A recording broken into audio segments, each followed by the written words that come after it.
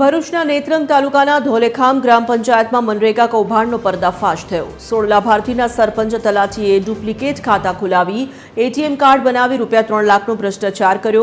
ગ્રામજનોએ નેત્રંગ તાલુકા પંચાયત અને પોલીસ સ્ટેશનમાં ફરિયાદ આપતા ચકચાર મચી છે।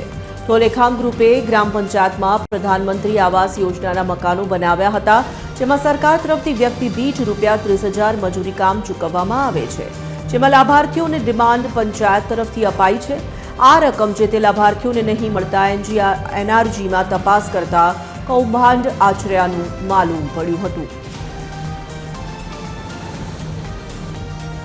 સંવાદદાતા મુનીર પઠાણ જોડાઈ ચૂક્યા છે ફોન લાઈન પર। મુનીર, ભરૂચના નેત્રંગમાં ભ્રષ્ટાચાર સામે આવી રહ્યો છે, શું આખો આ મામલો છે?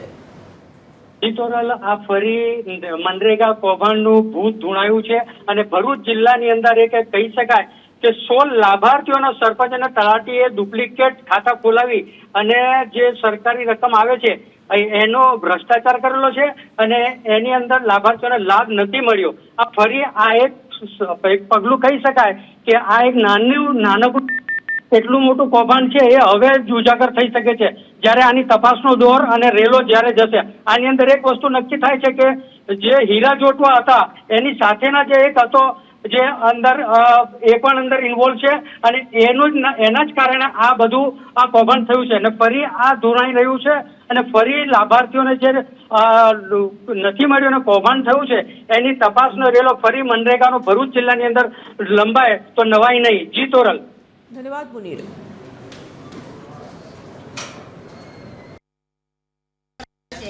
મારા ઇન્દિરા આવાસના પૈસા ખાઈ ગયા છે એ લોકો। મેં 2-3 વાર એવું પણ ઘરે બી ગઈ, પણ એ લોકો મને એવું કહે કે તમારા ડિપ્યુટી નહીં થયું કે એ છતાં મેં 4th વાર ફોર્મ ભરેલા, એ બી મારા ખાતામાં પૈસા નહીં આવ્યા। મારા ગામમાં પીએમ આવાસ યોજનામાં કેટલાક લાભાર્થીઓની લેબર મજૂરીની ઉચાપત કરેલી છે, તલાટી અને સરપંચ મળીને, અને ધોલેખામથી આંદોલીને દોડતો રસ્તો માટી મેટલ 13 લાખથી વધુનું ઉચાપત કરેલી છે ધોલેખામના સરપંચશ્રી અને તલાટી મળીને।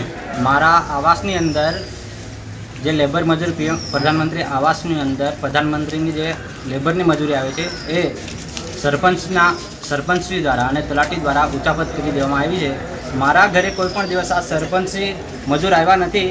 આ સરપંચશ્રીના સસરા એમના ઘરના સદસ્યો મારા ઘરે આવીને આ ઉચાપત કરેલી છે।